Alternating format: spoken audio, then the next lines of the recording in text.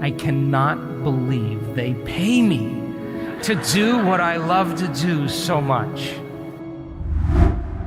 So my 28-year-old son, last year and a half ago, he's the oldest of my 3 kids, and all of my kids have grown up with these concepts. And I started off very methodically with them and helping them to understand the way they think and the way they feel has an effect on their lives. And so he was the one that I could never get to travel. You know, he went to college for engineering, and great mathematician guy, and he scored really high in math on his SATs in high school. And I said to him, "Hey, Jace, what's the deal with math?" And he said, "It's the only thing in my life that makes sense." I said, "Okay, you stick with that." So he got accepted to all these different colleges, and I wanted him to go to this one college, university, that had a really great engineering program. But of course, he got accepted to University of California, Santa Barbara, which is one of the most beautiful campuses you'll ever see, you know? And so I said, "Okay, let's go." We went down there, we walked the campus, and of course there's surfboards and skateboards and bikinis and, you know, bicycles and, you know, everything's going on. It's frisbees. And I'm in the center of the campus with him. He says, "Hey, Dad, come over here, I want to talk to you." Now I'm lobbying for the other universities, so, you know, I'm holding all my aces and not showing anything. And he says, "Listen, I want you just for a moment to look around and just humor me and pretend like you're 18 years old. And then tell me what you would do." And I said, "Okay, here's the deal. Let's cut a deal right on the spot. You get a 3.5 grade point average in this school, I'll fund the whole project. The moment you drop below it, you're on your own. Do we have a deal?" Of course, he graduated, you know, summa cum laude, and had a great time there, and had a lot of fun at the same time. And I found out that there's more Nobel Prize laureates that teach at the University of California, Santa Barbara, than any university or college in the United States, because everybody wants to retire in Santa Barbara. So anyway, he goes through 4 years of college, you know, and he's just driven. My daughter, you know, she goes to Europe, you know, she does her whole thing. And my other son, you know, he's doing his thing. But this guy's driven. He's just driven. And so when he finishes college, I say, "Buddy, why don't you take a gap year and just travel a little bit? Go to Buenos Aires, do something different, you know." No, I got an offer for a great job. I'm going to take this job and I'm just going to do it.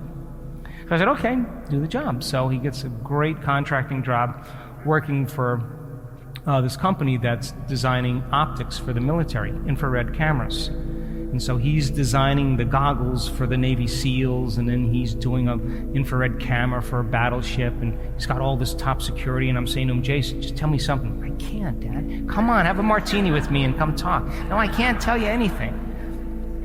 So then his contract ends, and he says, "I don't see a lot of room for growth at the pace that I want to grow in this company."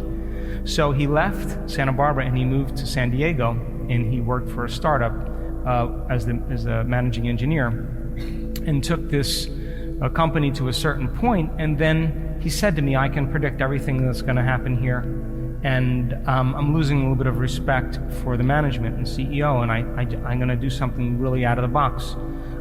I have saved a lot of money. I'm just going to close everything down and put everything in storage, and I'm going to travel." And I went, "Thank God." He may find out that California is not the only culture in the world, if you call that a culture. So anyway, he packs up his surfboard. He's a big wave surfer, and he heads to Indonesia. And he goes to all the islands, Borobudur and Java, and he goes to all the Sutra, and he goes to all the different places. And some of the smaller islands, and he lands a job. Someone offers a job to be a surfing instructor, so he does that for a month on this beach, you know, and then he packs up and he goes to Perth, and then after Perth he goes back to Bali, and then from Bali he heads over to Sydney, and then from Sydney he goes to New Zealand, and now he's in love with New Zealand. I mean, it's just, he just loves the country. But it's been now like over 5 months, and he's in New Zealand, and he calls me up and he says, "Hey Dad, I'm going home really soon, in a month or two, and I got to start thinking about what I want to do when I get back there." And I said, "Okay, what do you want to work on?" He says, "Well, I want to create a new job." And I said, "Okay, I want you to take out a pen right now and write the letter J down. And that J is going to represent a job for you. That's the symbol that you're going to associate with the job." Are you with me still? Yeah. And then I say, "Now, let's get clear on the type of job you want, Jace, specifically." And he says, "I want to make the same amount of money that I was making or more. I want to work for myself and have my own company, and I want to contracts for 6 months to a year." Are you with me still? "I want to work from anywhere in the world." Now this is what I love about him. And I gotta love what I do. I don't want to do anything if I don't believe in it. I don't want to do anything if I'm not inspired about it. I gotta have a reason to wake up in the morning. And I said to him, "So then when you think of this letter, it represents all of these things, because now you know what it means." He said, "Exactly." So I said, "Now you have a bunch of sub-intentions, sponsoring thoughts to understand your main intention, which is to have a job that represents all of these things." So now he's clear in his intention, yes or no? Yes. So then I say to him, "Okay, Jace," his name is Jace, J-A-C-E. I say, "Jace, okay, I want you to write down some of the emotions you will feel when it happens." And he says, "Empowered, free, inspired, gratitude," right? And of course, he and I share this favorite, a love for life. So I say to him, "So that's what you'll feel when it happens?" He said, "Absolutely." So then I said to him, "Close your eyes." And I said to him, "Can you bring up those emotions on your own right now?" He said, "Give me a minute." He started working himself up into those emotions. And then I said to him, "Can you, while you create that state, hold on to that symbol in your mind and broadcast a whole new electromagnetic signature into the field? And if you understand that the longer that your consciousness lingers in that energy, the more you're drawing your future to you, can you just linger there for a period of time?" I said, because when there's a vibrational match between your energy and that future potential, you should have experiences equal to your energy. And I said, when you're in that state of being, is it possible, Jace, for you to think about the things you're going to do, the experiences you're going to have, the choices you're going to make, and how they'll feel? He said, "Yeah, I can see myself managing my own team. I can see myself working in a place that I love. I can see myself having time off to do what I love to do." Great. So when you change your state of being, I want you to prime your brain and body by thinking about those choices, those behaviors, those experiences that await you, and how they'll feel.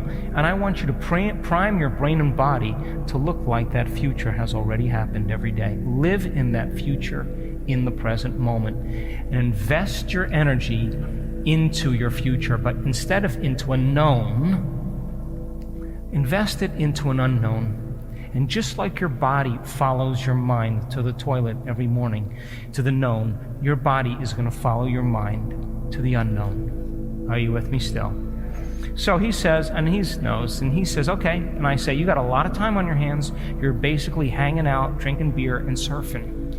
So you can't give me an excuse that there's not enough time. Will you commit to doing this?" And he said, "Yeah."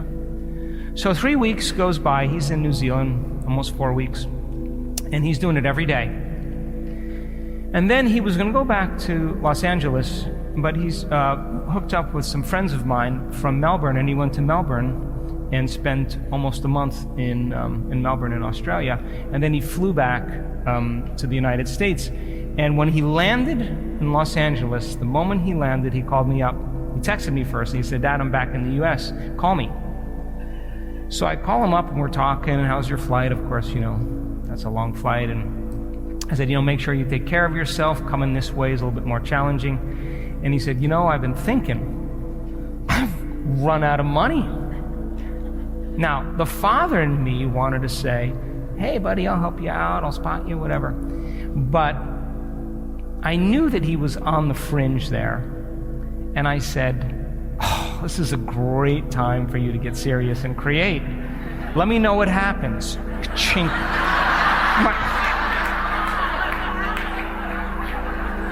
I throw him out into the unknown.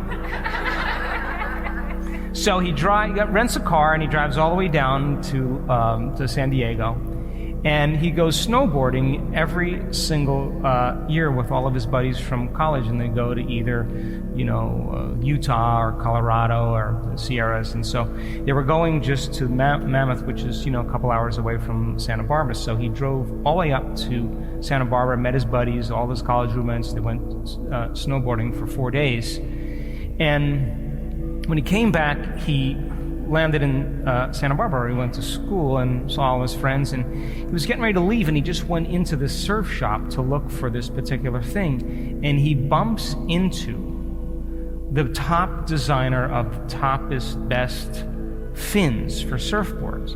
And they have this little conversation, and this guy is looking for an engineer that he wants the contract for 6 months to a year. He can make his own hours, work wherever he wants. He offers him right on the spot more money than he's currently getting. And he loves to surf. Are you with me still? Now, he didn't have to go anywhere to get that. You understand? It came to him, and they're revolutionizing the industry right now. And he calls me up all the time or texts me, and he says, I cannot believe they pay me to do what I love to do so much.